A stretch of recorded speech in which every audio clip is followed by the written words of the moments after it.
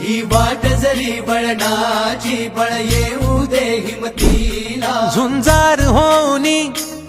ललकार आसमानाला